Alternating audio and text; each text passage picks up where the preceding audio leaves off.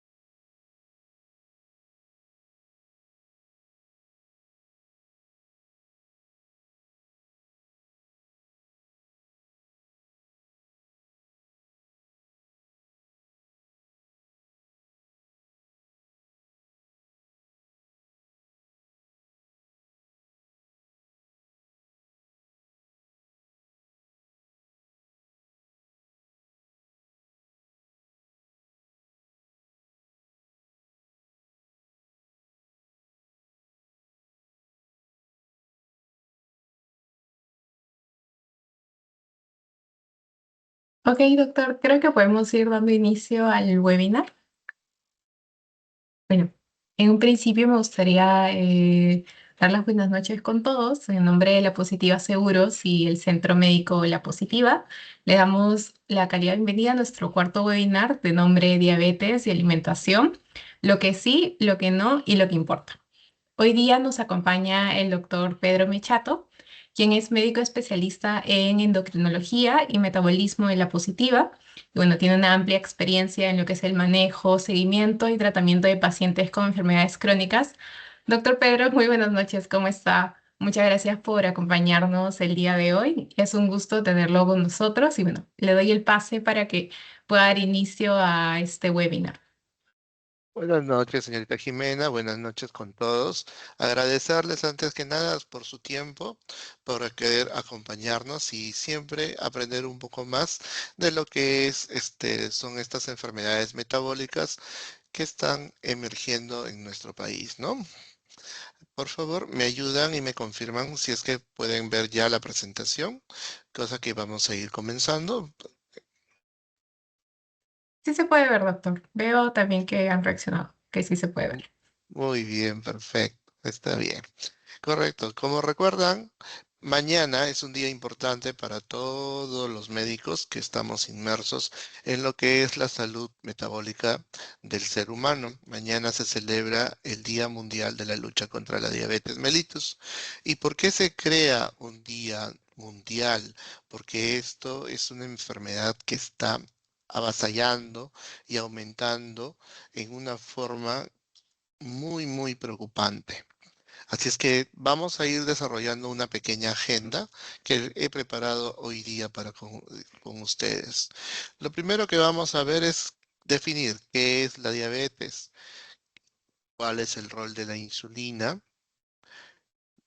qué importante es la alimentación saludable, mitos y verdades sobre la alimentación. Y lo más importante que todo el mundo quiere saber, si es que puedo evitar las complicaciones de la diabetes. Entonces, síganos durante la charla. Vamos a desarrollar esos temas en una forma dinámica. Me pueden interrumpir. La señorita Jimena nos va a ayudar para que yo pare un ratito de la presentación para ir respondiendo algunas preguntas o en todo caso al final. Ustedes tienen la libertad conmigo de poder intervenir cuando lo crean conveniente, cosa que yo puedo absorber rápidamente las preguntas y hacerlo un poco más dinámico, ¿no? Esta conversación, este webinar. Miren, en este gráfico lo que estamos viendo es la proyección del diagnóstico o de personas que van a padecer diabetes mellitus en el año 2050. Como se dan cuenta, el rango de edad de esta enfermedad abarca casi toda la vida del ser humano y con mayor incidencia lo vamos a ver siempre entre los 20 y 80 años. Por eso que no es extraño que a partir de los 70, 75 años hayan personas a las cuales recién se les hace el diagnóstico de diabetes y se sorprenden porque creen que cuando ya son mayores de edad no pueden desarrollar esta enfermedad, pero la historia nos está enseñando de que la enfermedad se puede presentar en cualquier momento de la vida, sobre todo cuando tenemos ciertas libertades para la alimentación. Por ejemplo, cuando somos adultos jóvenes, 20 años, y en el cual la vida agitada que caracteriza a la ciudad o a la metrópoli, en la cual vivimos la gran mayoría, es que caemos en el facilismo de la comida chatarra o los malos hábitos de alimentación. Y eso hace que aumente la incidencia de la diabetes. ¿Cómo estamos en Sudamérica? En Sudamérica, en el año 2024, tenemos una tasa de 35,4 millones de personas que sufren ya la enfermedad. Y para el 2050, este va a aumentar en un 45%. Es algo preocupante. ¿Por qué? Porque si ustedes fijan la mirada en esta lámina, África, Medio Oriente y Norte de África lleva el 92% y África Central 142%. Mientras que en Europa solamente va a aumentar el 10%. ¿Y por qué? ¿Por qué es la diferencia? Porque justamente es en nuestros países que tenemos el desorden de alimentación todavía muy arraigado en nuestra sociedad.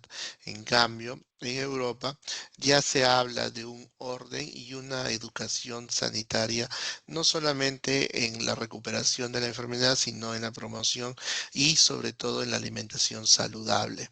Es por eso que ellos solamente van a ver un 10% de aumento, que también sigue siendo alto, pero a diferencia de Sudamérica y América Central, es abismal.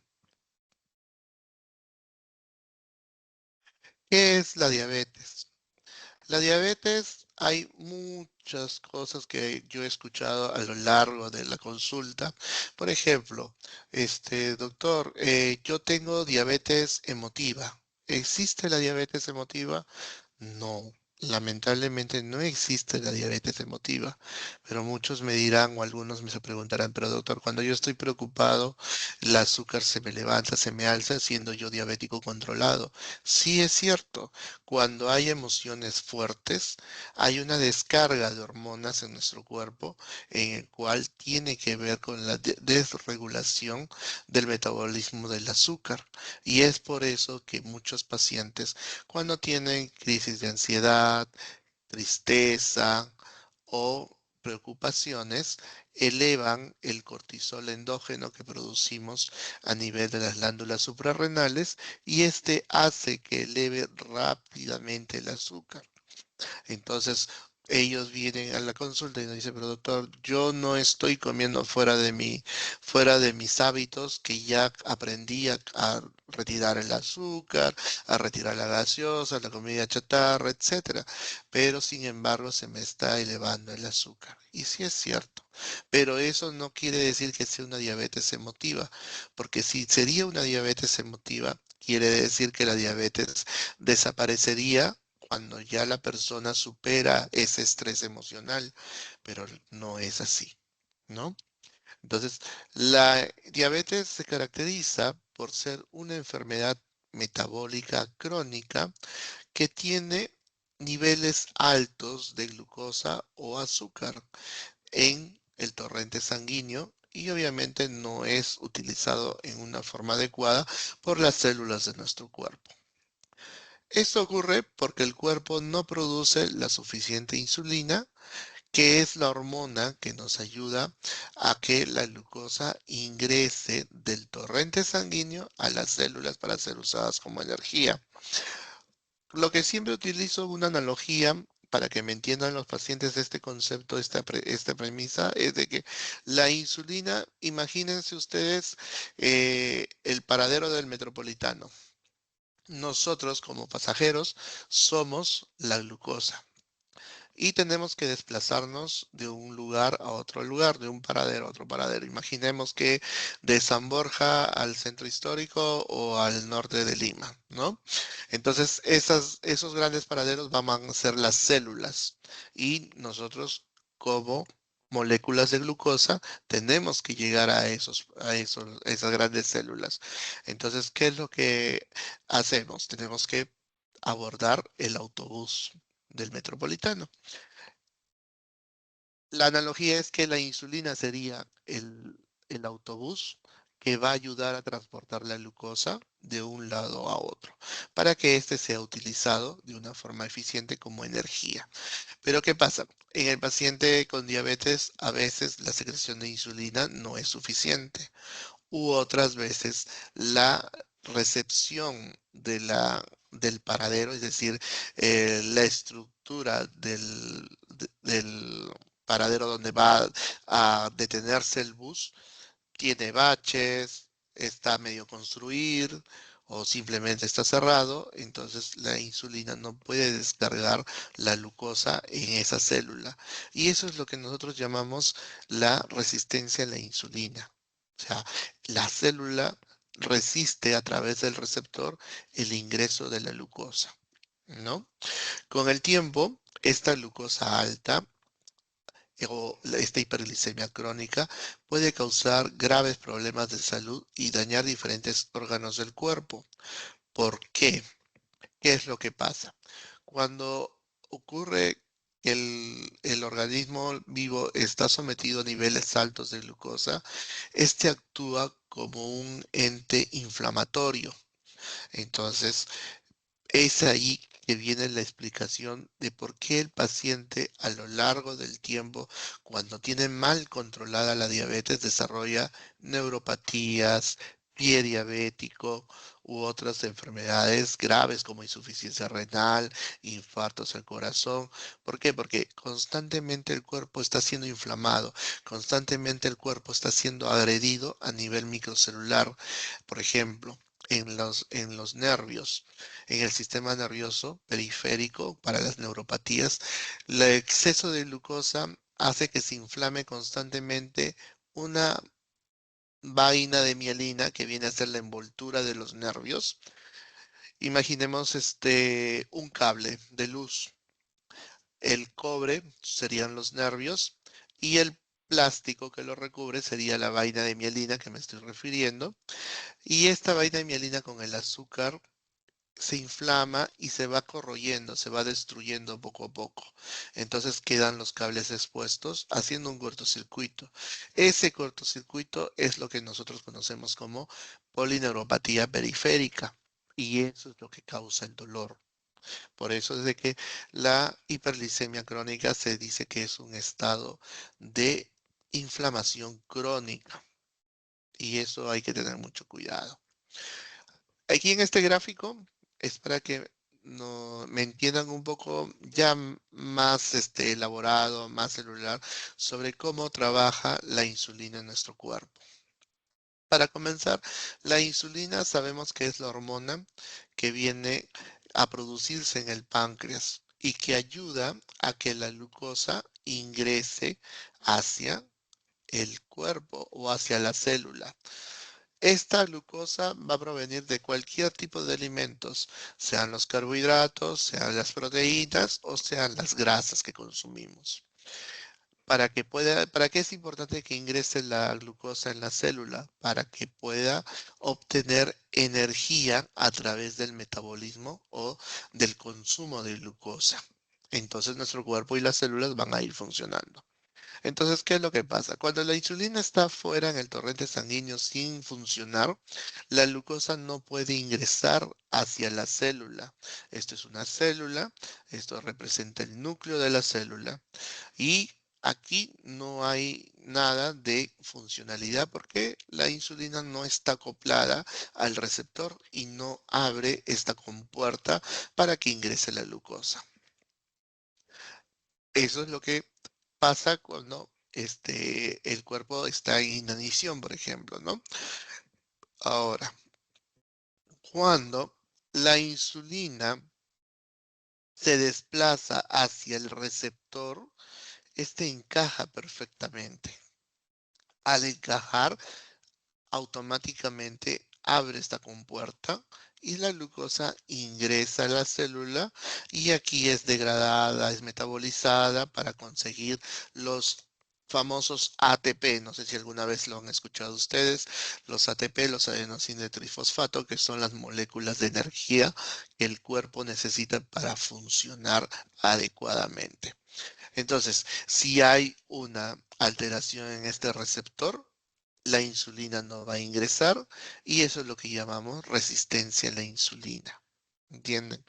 Y esa resistencia a la insulina hace que tengamos glucosas altas, tengamos elevación en los niveles de azúcar de la sangre. Eso es para que me entiendan en este cuadro. Entonces, en un organismo que no tiene diabetes, un organismo normal, ¿qué es lo que pasa? Esta es la insulina. Estos son granos de glucosa o moléculas de glucosa y van a trabajar como un cotransporte recogiendo la glucosa e introduciéndola dentro de la célula para que ésta pueda ser metabolizada, ¿no? Pero ¿qué pasa en el paciente que vive con diabetes mal controlada? Un paciente con diabetes mal controlada, lo que va a pasar es que la insulina va a pasar, la glucosa va a pasar y la célula se va a quedar con hambre. Entonces la célula va a empezar a sufrir, va a empezar a morir o va a empezar a inflamarse. Y este va a través de neurotransmisores, va a traducir al cerebro de que no hay glucosa. Entonces, al no haber glucosa, el cerebro va a interpretar de que tiene que comer. Entonces, ahí viene el hambre. Ahora, el cerebro le dice al organismo, tienes que comer, porque no hay glucosa en las células. Entonces, el ser humano come, come, come, come, y la glucosa sigue aumentando, sigue aumentando, sigue aumentando, aumentando lo que nosotros conocemos como la osmolaridad. Es decir, imaginemos que en un vaso con agua ponemos una cucharita de harina. Se va a diluir y va a seguir siendo líquido. Pero ponemos una bolsa de harina en un vaso con agua, el agua se va a hacer espesa, ¿no? Va a agarrar esa textura más viscosa. Es lo mismo que va a pasar en la sangre con el exceso de glucosa. Y es por eso que ahora los neurotransmisores no solamente le van a decir al cerebro, no hay glucosa, también le van a decir al cerebro, no hay agua, no tenemos sed. Entonces el cerebro le va a decir al ser humano, tienes que consumir agua y tienes que consumir alimentos. Y ahí viene lo que nosotros conocemos como polifagia o aumento del apetito, polidipsia o aumento de la sed. Y esas dos cosas van a originar en el riñón un mecanismo de compensación que va a intentar decir, ok, detecto que hay mucha agua y detecto que hay mucha glucosa. Entonces, el riñón va a abrir sus compuertas y va a empezar el paciente a orinar, orinar, orinar en grandes cantidades. Ahí está el otro componente que nosotros conocemos como poliuria o aumento del volumen de la orina, ¿no? Y por último, ya cuando la diabetes está muy descompensada, la célula va a ir quemando ácidos grasos del hígado, va a entrar en un estado de cetosis metabólica. Y allí es donde el paciente, de lo que era de repente gordito, empieza bruscamente a bajar de peso, a pesar que come, a pesar que toma agua, entonces, pero no toma sus medicamentos para la diabetes. Entonces, allí es donde el paciente empieza a bajar de peso bruscamente, perdiendo masa muscular. Y es por eso que siempre cuando van a las consultas por el control de diabetes para los que son diabéticos, o lo han escuchado acompañando a un familiar, es que le preguntan, ¿y cómo va el peso? No solamente el peso nos interesa por un tema de que perdiendo peso mejoras el metabolismo de los carbohidratos, sino que también es un factor pronóstico para ver cómo está esa diabetes, si está bien controlada o está mal controlada. Y si es un paciente que baja de peso y que está comiendo bastante y que está orinando bastante y que toma mucha agua, entonces no es bueno. Allí sí hay que recurrir al médico para que le dé el tratamiento adecuado. Algunos muchas veces tienen que hospitalizarse. Entonces, tenemos que una enfermedad crónica como la diabetes tiene un circuito en el cual se vuelve un círculo vicioso. Aparecen los problemas con la insulina, aumenta la glucosa en sangre, saca de control la diabetes, vuelve a aumentar la producción de insulina porque el páncreas piensa de que falta insulina en el cuerpo, entonces hay una secreción abundante de insulina. Por eso es que medimos muchas veces en el paciente prediabético los niveles de insulina basal y postprandiales, porque existen unos márgenes en los cuales nosotros vamos a determinar si es que el paciente está secretando la cantidad adecuada de insulina para mantener los niveles de glucosa en rango normal. Eso es una prediabetes. Pero cuando la secreción de insulina es alta y la glucosa en sangre es demasiado alta, sobrepasa la producción de insulina, ya estamos hablando de diabetes. ¿De acuerdo? Muy bien. Hasta ahí, no sé, ¿hay alguna consulta, alguna pregunta que de repente nos quieran hacer sobre lo que es diabetes y parte de la enfermedad de diabetes? Jimé, ¿me ayudas, por favor? Sí, claro, doctor. Bueno, si alguno tiene una pregunta, una duda, puede levantar la mano, lo puede escribir también en el chat. Veo que Arturo ha levantado la mano. Claro, por favor. Arturo, cuéntanos, claro, puedes escribirlo en el chat, guarda el micrófono.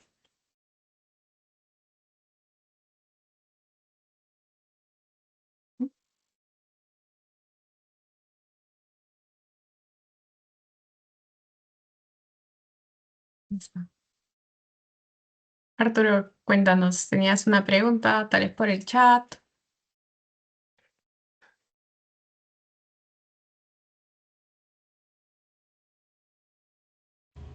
Aló, doctor, por favor, ¿podría repetir lo de la prediabetes? Lo de la prediabetes, claro que sí. Ok, Gracias. regresemos por aquí. La prediabetes quiere decir de que hay un aumento en la secreción de la insulina porque el receptor está alterado, pero ese aumento de la insulina puede contrarrestar o controlar los niveles de glucosa sin llegar a que la glucosa en sangre cuando uno se mide esté completamente disparada por encima de 200 al azar o por encima de 126 en ayunas, pero a expensas de una producción del páncreas que suelte mucha insulina. Eso viene a ser prediabetes básicamente. Ok, gracias, doc, muy amable. Ok, gracias por la pregunta. Y es Muchas gracias, importante, Arturo. Doctor, y es, disculpe que le sí, interrumpa. claro, Brenda dime. también tenía una pregunta que nos ha puesto en el chat. Sí, claro. Nos pregunta si es posible revertir la resistencia a la insulina. Excelente pregunta. Muy bien. Ok, la prediabetes quiere decir, imaginémonos que estamos caminando hacia un precipicio, directo hacia el precipicio. La prediabetes es ese limbo que hay en el filo del precipicio, en el cual si nosotros comemos saludablemente, hacemos deporte y controlamos el peso, en vez de caminar hacia el precipicio, nos vamos a alejar del precipicio y se revierte. La prediabetes sí se revierte. En cambio, la diabetes es cuando ya saltamos y no hay forma, no nos salen alas, a menos que seamos angelitos y ya nos lleven para arriba, ¿no? Pero eso es lo que queremos evitar, que exista diabetes. La diabetes es irreversible, pero la prediabetes es completamente reversible, o sea que es curable. Excelente, doctor. Muchas gracias. Bueno, acá los asistentes se están animando a preguntar mucho más. Mateo nos comenta si es posible tomar probióticos y si esto ayudaría también en el tratamiento, ¿no? No. Los probióticos tienen una función que más básicamente es en la digestión y en la producción de algunas enzimas que tienen que ver con las defensas. En el tema de la diabetes no tiene mucho que ver los probióticos, puesto que no estamos siendo agredidos por bacterias o nuestro sistema inmunológico no se ha debilitado y produce diabetes, pero sí ocurre lo contrario. Por ejemplo, un paciente diabético mal controlado, sus defensas van a disminuir. ¿Y por qué disminuyen las defensas? Porque, como les repetía, la diabetes es un estado inflamatorio crónico. Entonces, ¿qué es lo que pasa? Estos pequeños vasos, estas pequeñas arterias, van a disminuir su calibre, lo cual es originado por la inflamación crónica, y nuestros soldados de la defensa de las células blancas van a demorar en llegar hacia los sitios que están infectados.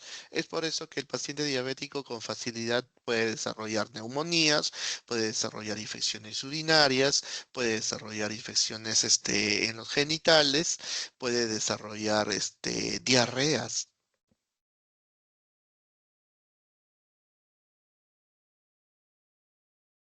Correcto. Muy bien. ¿Alguna otra consulta?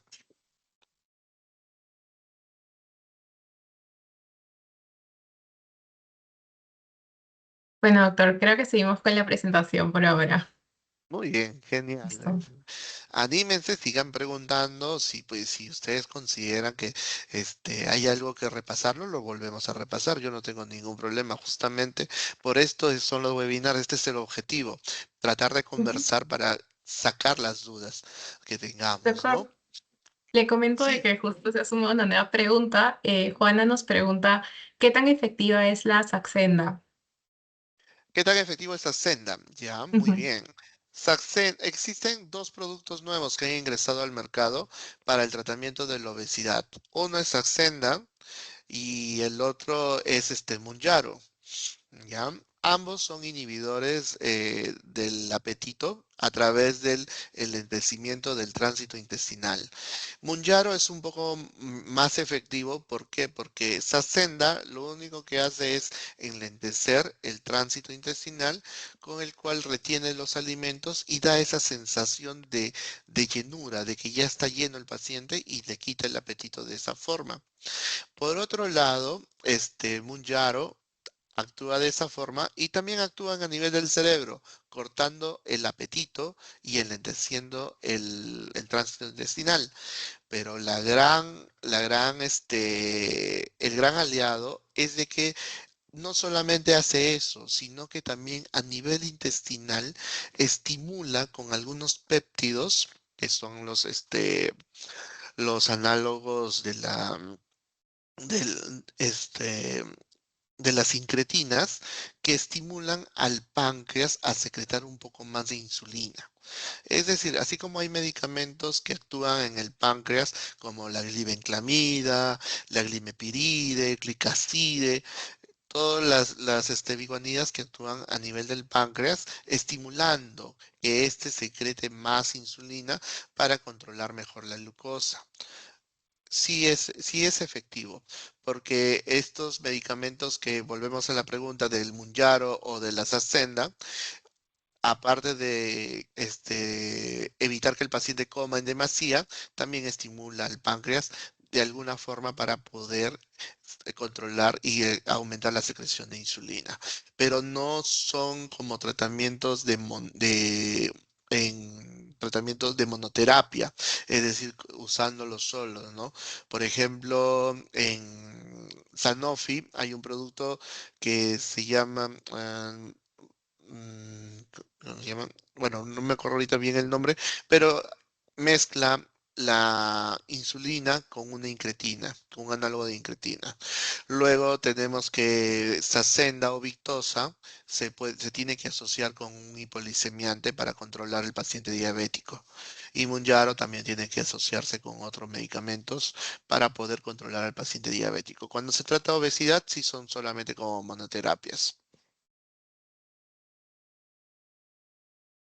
Ok, doctor, muchas gracias por responder las preguntas. Igualmente lo seguimos animando a que nos siga preguntando más, justamente como mencionó el doctor, para eso está el webinar. Así que bueno, doctor, a continuar con la presentación. Muy bien. Pasamos al siguiente punto, que es la alimentación. La alimentación a rajatabla nadie lo va a poder cumplir, pero siempre hay que poner más o menos cuáles son los porcentajes que debemos comer para tener una alimentación saludable. En los hidratos de carbono simples, que es las primeras fuentes de energía que utiliza el cuerpo, debe abarcar solamente el 25%. Ojo que un paciente diabético no quiere decir que no deba comer carbohidratos simples. Sí puede comer, pero en una menor cuantía. Lo que debemos priorizar siempre es la proteína. ¿Por qué? Porque al estar en un proceso de estrés constante, el consumo de proteína endógena, es decir, el consumo de nuestros músculos, se ve vulnerado constantemente. Entonces hay que tratar de reponer esa pérdida a través de la alimentación. Las grasas simples deberían ser lo menos, el menor porcentaje que nosotros consumamos en nuestra alimentación diaria. Por eso se le considera que es solamente un 10% de la alimentación de todo el día. Y las vitaminas y minerales, que sí es el otro 25%. ¿Por qué? Porque no solamente tienen carbohidratos complejos, es decir, de difícil absorción, sino que además de ello aportan micronutrientes como las vitaminas y minerales que ayudan al sistema inmunológico, ayudan al estrés oxidativo y ayudan al proceso inflamatorio. Y aparte de ello, los desechos que no los podemos absorber sirven como fibra para movilizar las heces a través de la defecación o la evacuación intestinal.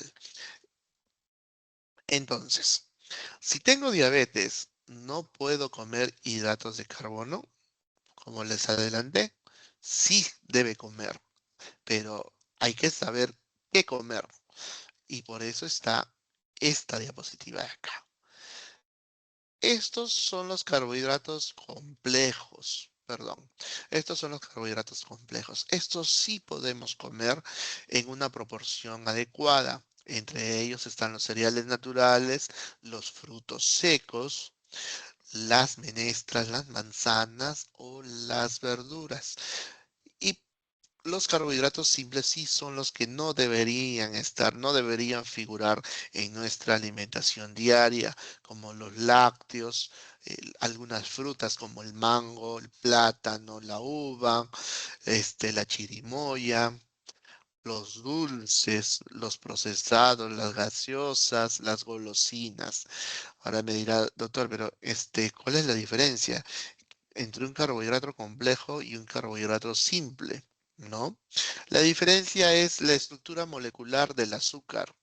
La estructura molecular del azúcar en esta forma la tenemos como fructosa generalmente, y la fructosa es un tipo de azúcar dulce que lo vamos a sentir al paladar, al gusto, dulce, pero que a nivel intestinal va a ser de difícil absorción. ¿Por qué? Porque no somos organismos que podamos procesar rápidamente ese tipo de alimentos.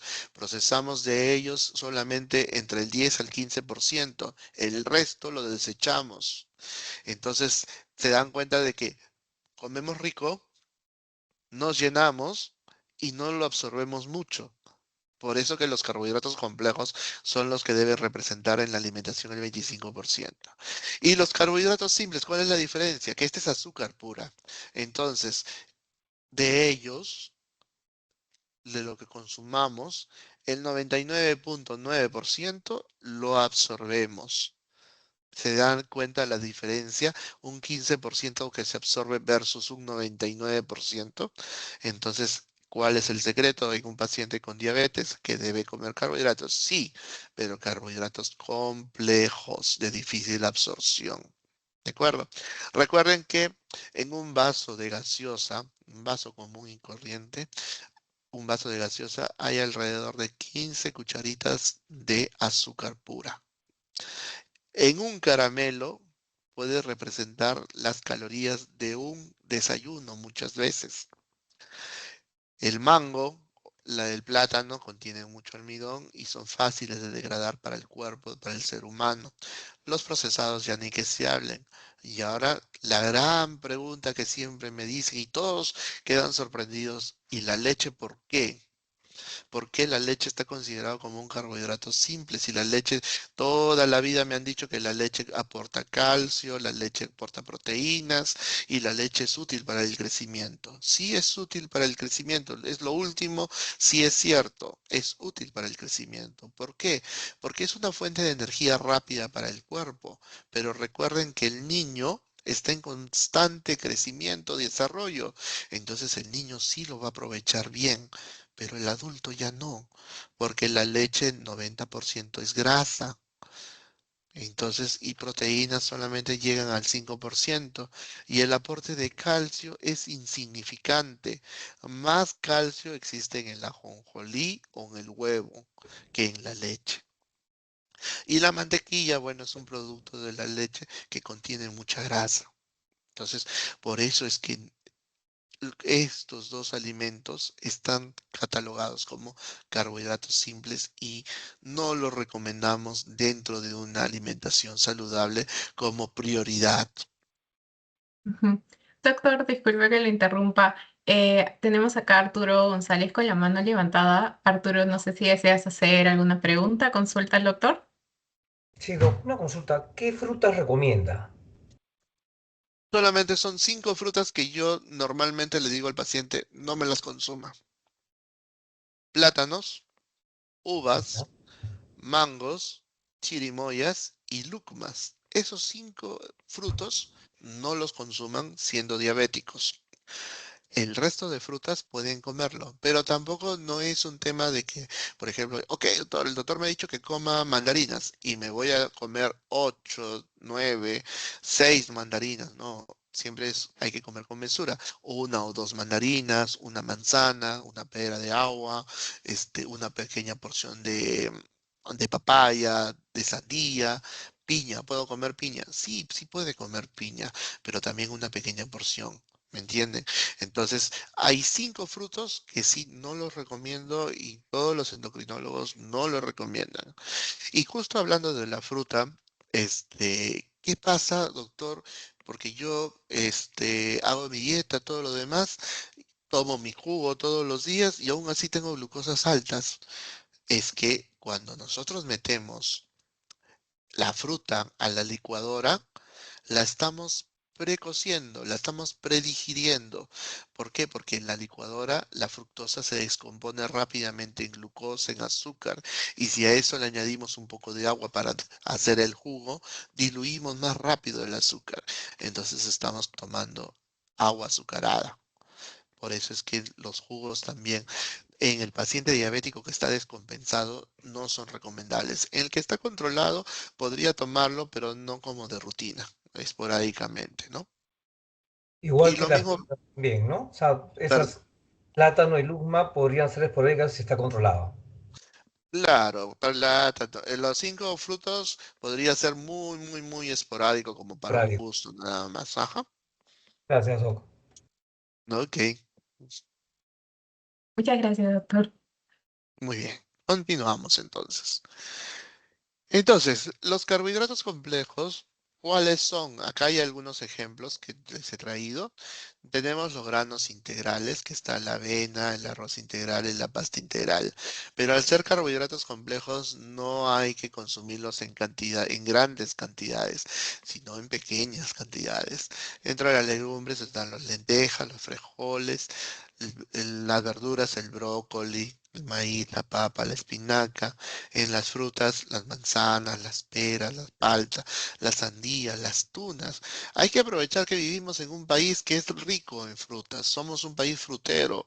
Ustedes van a otros países, como ya que me imagino la gran mayoría habrá ido, y la fruta es sumamente cara en el extranjero, porque ellos, algunos países no producen frutas, entonces en ellos son más caros todavía. Y dentro de las semillas y frutos secos, las almendras, las pecanas, las nueces. En esto a veces me dicen, doctor, yo quiero como un snack, comer una fruta, pero ya me aburrí de comer manzana, comer pera. Y ¿qué puedo comer? Bueno, están los frutos secos. Y la ventaja de los frutos secos es que solamente el hecho de comer un puñado quita la saciedad de querer comer más.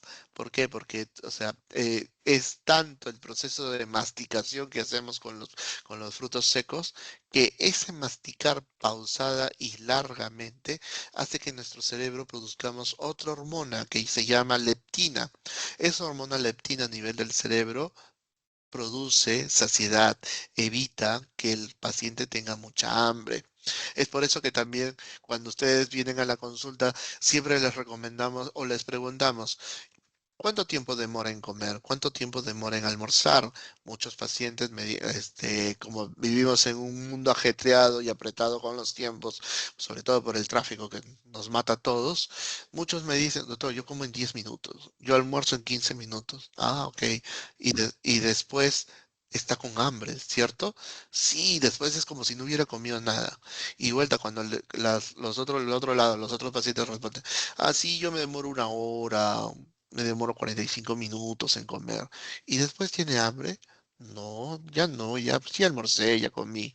Eso quiere decir de que ellos producen adecuadamente esa hormona leptina y funciona adecuadamente porque el cerebro entiende que ya comió, que ya se alimentó y que ya sació su hambre.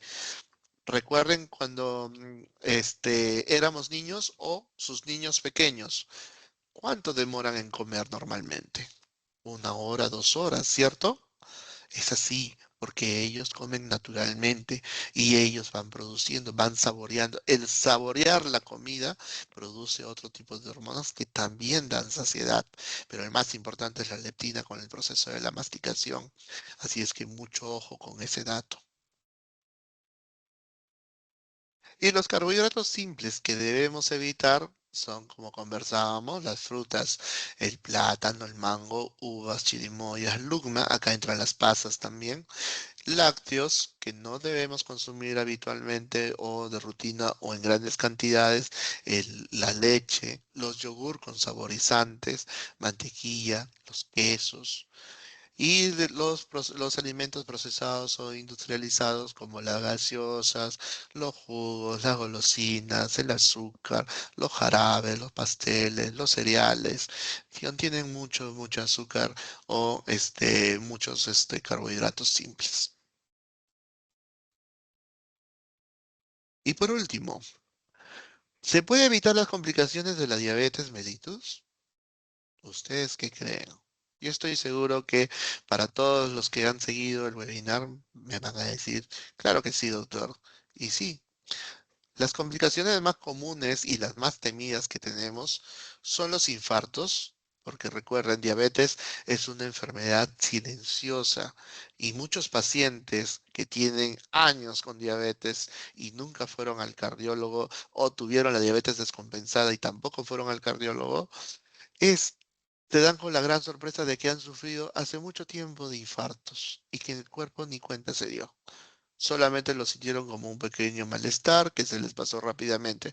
¿Y por qué? Porque diabetes es una enfermedad muy silenciosa, da infartos localizados y que en el tiempo estos pueden traer disfunción en el corazón, como la insuficiencia cardíaca. La diabetes también produce ceguera, pero una ceguera precoz, porque como es un estado inflamatorio crónico, en el ojo también produce esa inflamación y es la retinopatía diabética. Para que entiendan qué es retinopatía diabética, necesito que se imaginen una pared que la acaban de pintar, pero que no colocaron antes de la pintura de color el imprimante que se llama, que es el sellador, ¿no? Entonces, como no se colocó el sellador, con el calor, con el tiempo, la pintura de color se va desprendiendo como una, como una película, como un sticker. Ese desprendimiento de la pintura es que ocurre en el ojo. En la parte interna del ojo, en la cámara, detrás del iris, detrás del cristalino, el ojo es un órgano hueco lleno de agua. En esas paredes es que se encuentra la retina y allí esa retina está sobrepuesta. ¿Por qué está sobrepuesta? Porque aquí se producen los cambios bioquímicos que hacen que nuestro cerebro traduzca las formas, las letras o lo que vemos, ¿no? Entonces, cuando hay un proceso inflamatorio crónico como la diabetes, detrás de esa retina, entre la retina y la pared propia del ojo, se va inflamando, se va inflamando, se va edematizando, acumulando agua, acumulando inflamación, y eso produce el desprendimiento de retina. Al no haber retina pegada sobre la pared del ojo, no hay donde procesar los cambios bioquímicos y eso produce ceguera, ceguera localizada o ceguera focalizada, como se llama. Entonces, lo que hacen los oftalmólogos es colocar láser para poder fijar nuevamente la retina o colocan ampollas de Avastin, que algunos lo deben haber escuchado. El Avastin es como un pegamento y hace que la retina nuevamente se pegue en la pared. Por eso es que debemos evitar la diabetes mal controlada para evitar estas complicaciones. Y el otro es el gran temido pie diabético. El pie diabético es una de las complicaciones más limitantes de la diabetes y más comunes. ¿Por qué? Porque como les explicaba, el proceso inflamatorio ocurre en los microvasos y estos se van obstruyendo y progresivamente hacia los grandes vasos. Cuando ya se obstruyen los grandes vasos, las grandes arterias, es que ocurre el pie diabético arterial. Pero también ocurre de que puede ser de que los nervios que nos dan la sensibilidad del pie también se dañan por las neuropatías y entonces pisamos estructuras filosas o clavos, vidrios, piedras y hacen una pequeña herida en el pie y no lo vamos a notar porque la sensibilidad está disminuida o desaparecida. Entonces allí es donde empieza el proceso infeccioso. Y como las arterias están cerradas, nuestras defensas no llegan a controlar esa infección. Entonces para las bacterias se arma un festín y esto hace de que se vaya gangrenando, se vaya infectando, se vayan abriendo las heridas y que a veces lamentablemente pues las soluciones son las amputaciones, ¿no? Para evitar que esa gangrena o esa infección viaje a través del cuerpo y termine en el cerebro. Por eso es que son tan temidas las complicaciones. Ahora, hay algo que aquí tengo que aprovechar para comentarles. Si alguno de sus familiares o ustedes mismos es- sufren de diabetes, lo peor que pueden hacer es fumar, así sea socialmente, porque la asociación de nicotina con o cualquier alquitrán, cualquier componente de los cigarrillos o los habanos o los vapes, con diabetes, se asocia mucho a pie diabético, a enfermedad arterial periférica, a infartos en el corazón o a ceguera precoz se asocia bastante. Es decir, de que produce daño también ello. Y también los pacientes que no tienen diabetes y fuman también crónicamente, muchos de ellos también desarrollan enfermedad arterial periférica o infartos silentes. ¿Y cómo puedo evitar las complicaciones de la diabetes? Que con todo lo que hemos conversado, una alimentación saludable y un estilo de vida también saludable, actividad física constante, controlar el peso, comer saludablemente, representan entre el 80 y el 85% del control de la diabetes en sus primeros inicios, o en sus primeros estadios, o en su debut, generalmente. Eso quiere decir de que no deberíamos llegar a usar insulina, no deberíamos llegar a usar muchos medicamentos si es que la diabetes es detectado precozmente y nosotros a la par cambiamos nuestros estilos de vida para poder controlar la enfermedad, ¿no? Y aprovechando en ello, ya en un momento Jimena también les va a poner el link y las fechas donde estamos haciendo la campaña de despistaje para diabetes para todo el que esté interesado. ¿De acuerdo? Correcto, Entonces, doctor. tenemos que la diabetes, el objetivo principal y final es que tengamos una vida saludable. ¿Y cómo vamos a hacer ello? Controlando nuestro nivel de azúcar con la dieta, el ejercicio, midiéndonos con el glucómetro y tomando nuestros medicamentos teniendo una dieta saludable, actividad física, cuidando la presión arterial, que es muy importante. También hay que vigilar el nivel de colesterol y lo que les mencionaba, no fumar. No fumar es importante. A propósito, es que se ha puesto al lado del corazón, no fumar, porque esto causa infartos, causa enfermedades arteriales periféricas. Acudir a nuestras citas médicas, es decir, muchas veces cuando vemos que la diabetes está controlada y el doctor siempre nos dice, ah, qué bien, entonces continuamos igual con su medicación. Y dejan de asistir a las citas médicas, dejan de hacer todo esto porque ya no hay nadie quien les recuerde y viene otra vez el cataclismo de la diabetes descompensada junto con la amenaza de las complicaciones. Tomar nuestros medicamentos como se nos indica como resultado y objetivo final que tenemos nosotros como doctores y ustedes como pacientes es que ustedes tengan una vida saludable y tengan sobre todo una vejez digna. Muy bien. Hasta ahí fue la presentación. ¿Alguna pregunta adicional? Voy a salir ya de la presentación y ahora estoy por acá. Listo. Cuéntenme. ¿Alguna Doc, pregunta adicional? Sí, dígame. una consulta. Normalmente aparecen en las redes informaciones sobre avances importantes en la lucha contra la cura o la mitigación de la diabetes. ¿Son reales o no son reales? ¿Realmente la ciencia ha tenido un avance importante en el control y la cura de la diabetes o prediabetes en los últimos 10 años, 5 años? Sí, eso sí es cierto. O sea, en realidad la medicina en los últimos 15 años ha avanzado tremendamente. Si ustedes recuerdan, hace 15 años solamente teníamos metformina, glibenclamida, insulina NPH, insulina cristalina. Eran cuatro herramientas nada más. De esas cuatro herramientas muchas veces tienen muchas reacciones adversas medicamentosas cuando las asociamos y el paciente abandona el tratamiento. ¿Por qué? Porque puede causar náuseas, vómitos, diarreas o incluso hipoglicemias. Y el paciente se asusta porque la hipoglicemia es una sensación horrible, es una sensación de desvanecimiento y muerte inminente.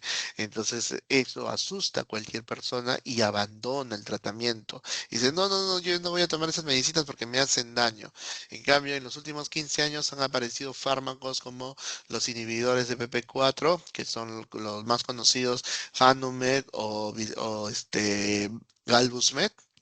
Los inhibidores de SGLT2, que los más conocidos son el Jardiance o el otro medicamento que no me acuerdo ahorita el nombre, que son los dos más conocidos, han aparecido los análogos de incretinas, como son Victoza, como son Mounjaro, han aparecido insulinas análogas, esas insulinas que son muy parecidas a la del cuerpo humano y que son ya más fáciles de controlar en el paciente con diabetes. Entonces, en ese sentido sí hemos avanzado bastante, pero también es que durante todos estos años hemos sido bombardeados constantemente con la comida rápida, con la comida chatarra, y eso hace de que también la diabetes aflore, ¿no? Porque caemos en el facilismo de ello. Ujú. Discúlpenme, la señora Patricia me dice, doctor, una consultita. La diabetes es hereditario, lo tuvo mi abuelito por parte de padre y lo tuvo su hija. Gracias por la respuesta. La diabetes tiene un componente hereditario, sí, tiene un componente hereditario. Y no solamente un componente hereditario genético, sino también un componente hereditario social. Porque toda Latinoamérica, nuestros hábitos de alimentación se basa en los carbohidratos, en los sabores extremos. Es por eso que nuestra comida es muy rica, es muy sabrosa, pero también si abusamos de este tipo de comida, por ejemplo, les digo, estamos acostumbrados a comer, qué sé yo, un seco de frijoles, donde le servimos arroz, frijol, el cabrito, la carne, una yuca y encima lo acompañamos con caldos. Entonces todo eso contiene mucho carbohidrato. Podemos comerlo sí, pero en moderadas porciones para poder seguir disfrutando de nuestra gastronomía, pero no en abundantes. Es por eso que les digo que también es una herencia social, porque tenemos esa costumbre de comer y también tiene una herencia genética. Luego, Mateo Cernaqué. Mateo, buenas noches. Cernaqué es de Piura, ¿correcto? He escuchado que el vinagre de manzana controla los picos de glucosa en la sangre. ¿Cómo se puede interpretar esto para pacientes pre y ya diabéticos? Gracias por las respuestas. Correcto. El vinagre de manzana ha sido, como una alternativa en la medicina no tradicional, no farmacológica, como un coadyuvante. Sí es cierto, hay algunos estudios en el cual demuestran que el vinagre de manzana puede reducir los niveles de glucosa. El mecanismo exacto no lo sabemos todavía, pero sí puede funcionar como un complemento, no como un tratamiento puro, como un complemento sí. Es igual también he escuchado hay unas infusiones, no lo tengo el nombre, pero que incluso los pacientes vienen y me dicen, doctor, mire, estoy tomando esto también. Moringa, creo que es moringa, no me acuerdo bien. Pero bueno, me dice, le digo, está bien, le digo, está bien. Lo que pueda ayudar en la medicina tradicional, lo que pueda ayudarnos con la medicina farmacológica es bienvenido, pero no lo tomen como una monoterapia o que eso va a reemplazar sus fármacos. Luego, la metformina dice. Juana Luz Calle. La metformina, ¿cuál es su plan de acción y por cuánto tiempo es el tratamiento? ¿Es verdad que daña a los riñones? Ok, muy bien. Miren, la metformina es uno de los medicamentos más antiguos para tratar diabetes. Tanto es así que los nuevos medicamentos se asocian a metformina. ¿No? Sino que salen publicaciones en el cual se inmoviliza un lote de metformina porque se encontraron partículas extrañas y que pueden ser cancerígenas o pueden ser dañinas, pero no explican realmente cómo es el asunto. Es como yo les diga, en Lima existen mil y miles de panaderías que producen pan francés, pero en la panadería A J y Z se encontró que el pan francés, la masa, está adulterada, está contaminada. Entonces, ¿qué es lo que debo hacer yo? Retirar todos esos panes que se producieron con esa masa y sancionar a esas panaderías por no tener los medios adecuados de filtración o fiscalización de salubridad. Entonces, con la metformina es algo parecido en el tema farmacológico. Se fiscaliza, se prohíbe la circulación de ciertos lotes de metformina porque no cumplieron los estándares de fabricación, pero no es que la metformina sea dañina. Tampoco daña los riñones. ¿Por qué? Porque lo que daña los riñones no es la metformina. Lo que daña los riñones es la diabetes mal controlada, que a pesar que el paciente toma metformina, no hace dieta, no hace actividad física, no controla el peso. Entonces eso hace de que la diabetes sea como un tsunami y la metformina una lanchita que quiere saltar el tsunami, pero al final termina siendo arrastrado y hundido. Eso es lo que pasa. Brenda nos pregunta, la resistencia a la insulina a veces es considerada como prediabetes y otras veces no. ¿Cuál sería la clasificación correcta? Brenda, te comento que cuando hablamos de prediabetes, hablamos de resistencia a la insulina o intolerancia a la glucosa. Ambos términos significan prediabetes. Y diabetes quiere decir cuando ya los niveles de azúcar superaron todas las expectativas y es mucho mayor que en una prediabetes. Por ejemplo, el nivel de glucosa normal en ayunas es menos de 100, pero el nivel de glucosa para considerar diabetes es más de 126. Entonces queda un limbo entre 101 y 125. Eso es prediabetes.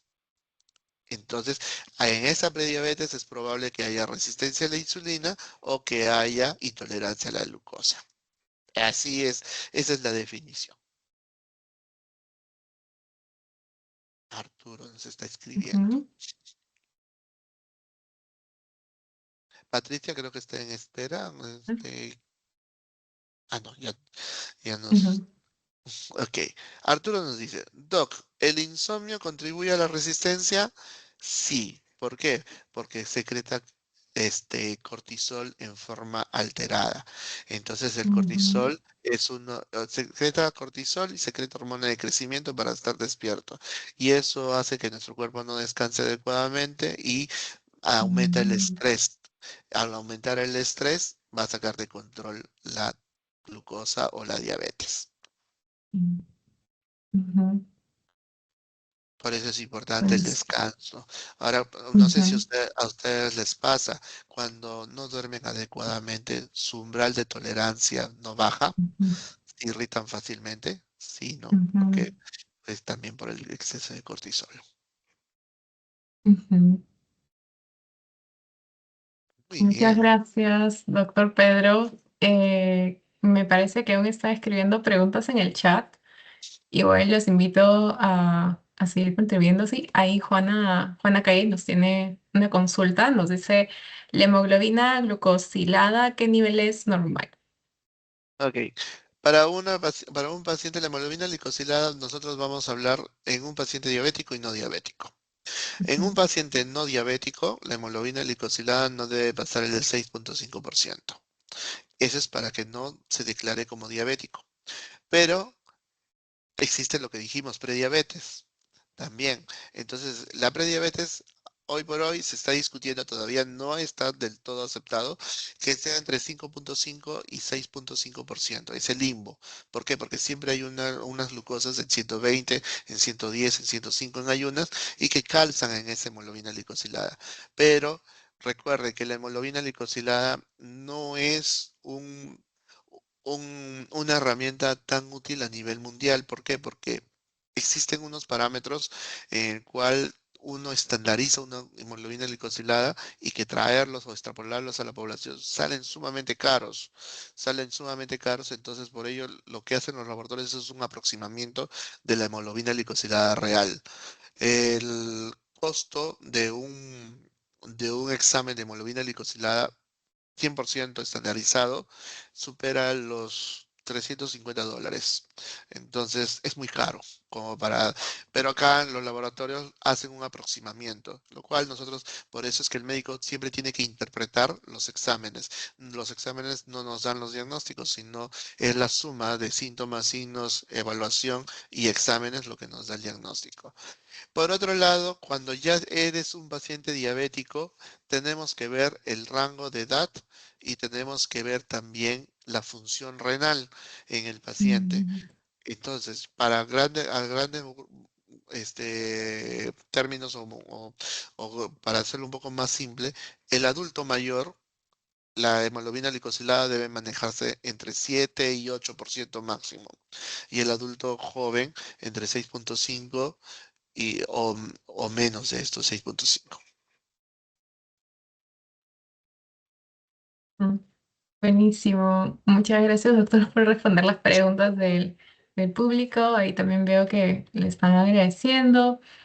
Em, y bueno, creo que si ya no hay más preguntas, con esto estaríamos cerrando la sesión del día de hoy. Muchas gracias nuevamente, doctor, por su tiempo y toda la información que nos ha compartido esta noche. Igualmente a todos los asistentes que nos han acompañado en este espacio, recordarles nuevamente que el Centro Médico de la Positiva está lanzando una campaña de despistaje de diabetes, justamente el tema que hemos tenido hoy día. Y bueno, he dejado el link en la descripción, en el chat, para que puedan sumarse. Y bueno, eso sería todo. Muchas gracias, doctor, nuevamente. Les Les, deseo buena noche a todos. les agradezco a todos su paciencia, sus preguntas y su interés. Y bueno, agradecerles siempre a la positiva por hacer este tipo de reuniones que nos acercan mucho más a los pacientes. Gracias. Y estoy aquí para ayudarlos cuando ustedes quieran. Muchas gracias, Doc. Gracias, doctor. Muchas gracias a todos. Hasta una próxima ocasión. Gracias.